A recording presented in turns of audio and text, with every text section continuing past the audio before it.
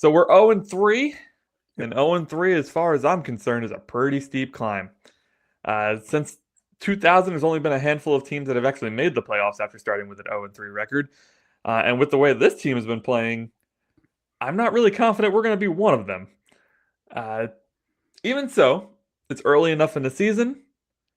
This team could still respond positively. We still could get on a run. We've seen them win 9 games in a row before Mhm. to kind of revamp their entire season. The AFC is not looking particularly strong right now, which is Shocking. insane. Yeah. Um, the Chiefs are sitting there at 1-2. The Bengals just got absolutely demolished without Joe Burrow. We were just talking before we got on the air. The Texans and Jaguars both look awful. It is a real cold day in the NFL when Daniel Jones is looking like the top MVP candidate right now. Yeah. NFL aside, which the wheels seem to be falling off of most teams except for the Colts, apparently.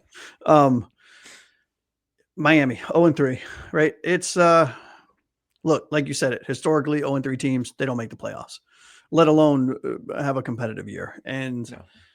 have teams turned it around? Not many, but yes.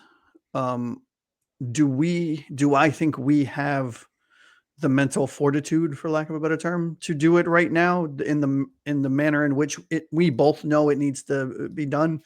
No.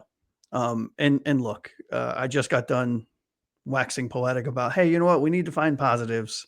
It can't all be negative. This one, unfortunately, playoffs, in my opinion, are a pipe dream at this point. And look, I hope to God I am proven wrong. Right? Prove me wrong, Miami Dolphins. I know you listen to our show. I Yeah. know you care about our opinions. So please prove me wrong. Here's the thing I'm seeing, man, is that our schedule, now that we're 3 weeks into the season, looks considerably more favorable than it did Yeah. at the beginning of the season.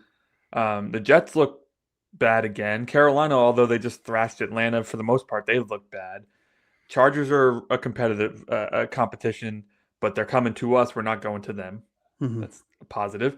We play Cleveland, who looks bad. We play Atlanta, who has looked both bad and good. So who knows what team we're going to get there.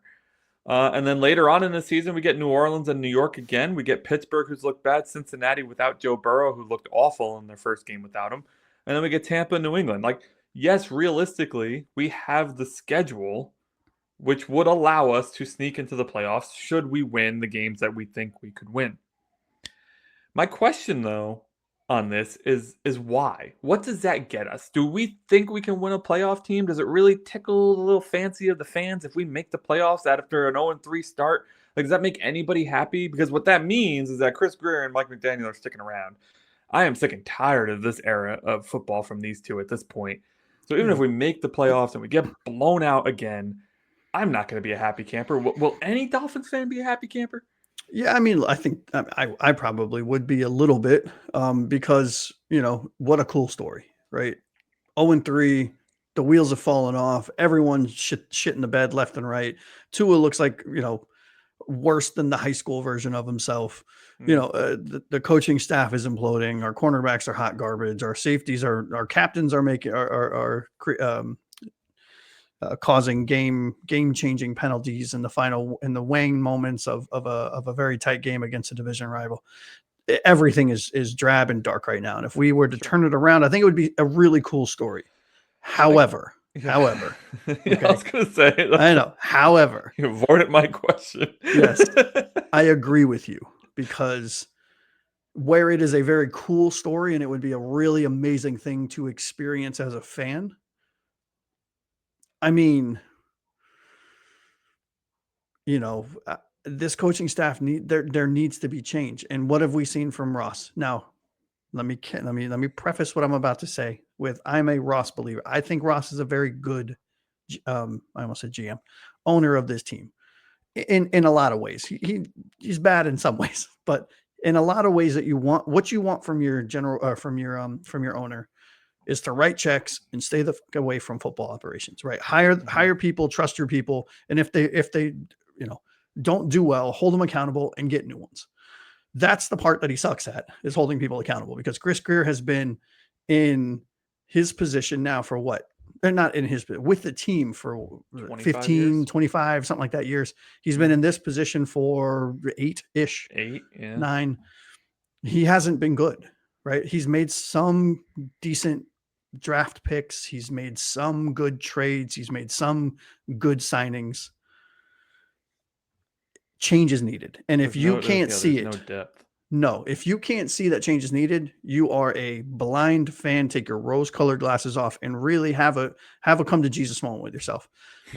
You know, Yeah. I mean, I I go back to the whole okay, we made the playoffs, but we got blown out because I don't think we beat the playoff caliber teams, even if we do somehow sneak in because we have a favorable schedule. And it's like, yeah. what does that buy you? It buys you a worse draft pick and a slice of feeling good about yourself for a moment before you're annoyed again because Tua blew it or somebody else Mhm. enter name here blew it, and then Mike McDaniel and Chris Greer get extended for another year, and it's like the what we buy by making the playoffs isn't worth making the playoffs, Yeah, the juice ain't in worth my the opinion. squeeze, right? Right? Yeah. Yeah, and you know what? Here, Abel, I understand this. You get making the playoffs means you get a shot at the dance, and that's all you need. But that last word is what we're talking about. Yeah. You Well, know, and he makes and yeah. Black Eye here for a tank for anybody else knew everything. Should It's a keep on your challenge. We're going to talk about Tua a lot. There's a yeah. challenge there with his contract. He's obviously uncuttable, but he is tradable, which is a Well, he's not thing. And uncuttable. So I I mean, don't have the exact numbers in front of me, and I wish I would have had it'd a be little like a bit. Deshaun Watson size cut, though. It really wouldn't be that bad. Kyle Krabs, shout out to Kyle Krabs, Locked on Dolphins, did a whole breakdown of his contract and how we have two outs.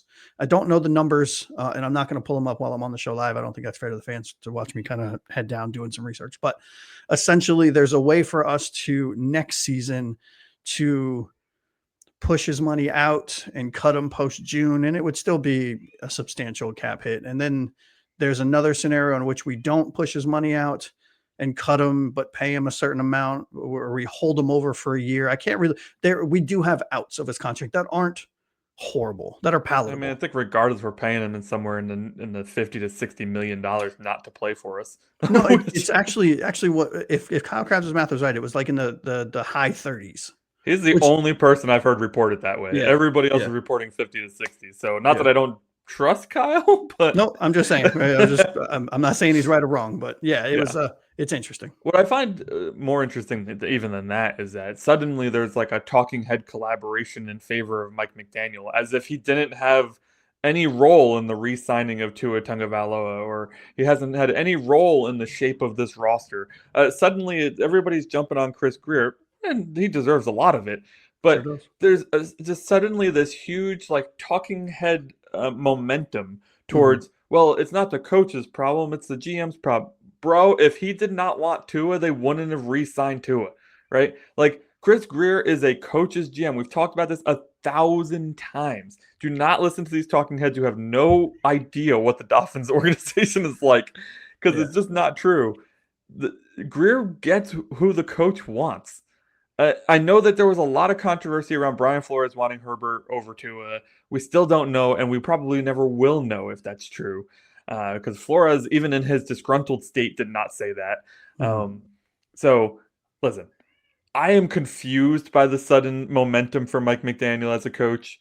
We have watched him regress in many ways, or just stay the same and not grow in many ways. Mhm. There's no discipline on this team. It just what pains me the most is that I am agreeing with the talking heads on like ESPN, who are the That's tough. loudmouth guys who you never want to agree with. Like I'm in agony because I'm agreeing with like Rex Ryan and Yikes. Richard Sherman, and it's Yeah. like I don't want to agree with these guys.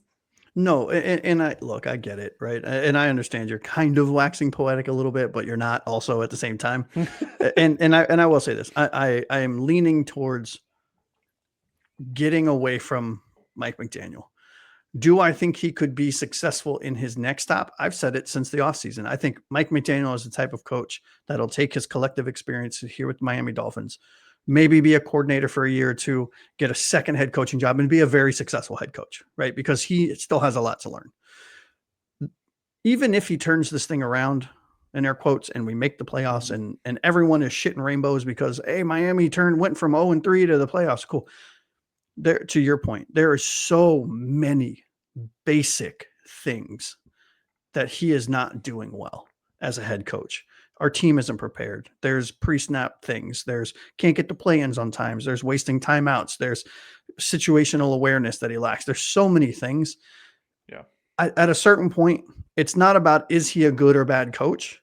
It's we need a new perspective in the building. And this is just from my opinion, based on my Honestly, opinion. he reminds me way too much of Josh McDaniels. It's not just because Yeah. they have a similar last name. Is a young guy who's talked up heavily, very stubborn, won't make Mhm. any changes even when they're necessary. Yeah. And because of that, I really don't see him having success beyond here. Once he loses his job, if he does get another one, which these young guys tend to, I just think, will he change? Is the big question mark there. Yeah, and maybe he won't, right? I hope he does. I don't want him to fall out of the league. I don't hate him as a human being. I want him to be successful. I just don't want him to coach my beloved Miami Dolphins anymore. If I have You to know what I listen to mean? one more of his press Oh my conferences, I God, might hate him as a it's human being. I it's can't take it's it something. anymore. It is painful. Can't take it anymore. Neither can Abel. He's annoyed with him too. Get Yeah. him out of here. Yep. That's a true point though. That's like I didn't think about that. No emotion when we're down, only when we're up. Yeah. Yep. He rides Yep. the highs and sinks with the lows. Yep. All right, so we're 0-3. It's a steep climb, but I think the biggest thing I think we can agree on, and that's our second takeaway here from the Dolphins Bills Thursday night matchup. Let us know what you think about 0-3 and making the playoffs. Do you want to see us make the playoffs? Do you not want to see us make the playoffs? Do you even see it as plausible? Which I know is an insane question because we haven't won a freaking game or even looked like we were close to winning a game. Yeah. But yeah, let us know in the chat, in the comments, what do you think about our 0-3 start and our chances at the playoffs? Yeah, and one more little thing, because you mentioned it, and I meant to go back to it when you said, Sure. our schedule is seems favorable with how some of the teams are playing. Mhm. If we can win the games that we should win, we might we could see a better record. Honestly, I have zero confidence that we can win games that we should because we're 0-2 against teams that we should have won, in Fair. my opinion. Right? Fair enough. A lot of people I've watched who are not Dolphins fans, I like to try to watch people outside of Yeah. the team to get like Mhm. a different perspective. I see a lot of 5 to 6 wins Yeah. is the prediction at this point, which I can see that for sure. Yeah. I Which would mean, suck. I'd watching rather not win a single one. watching some of these games, I can't even find one win. So we'll see what we Yeah. do against the Jets next week.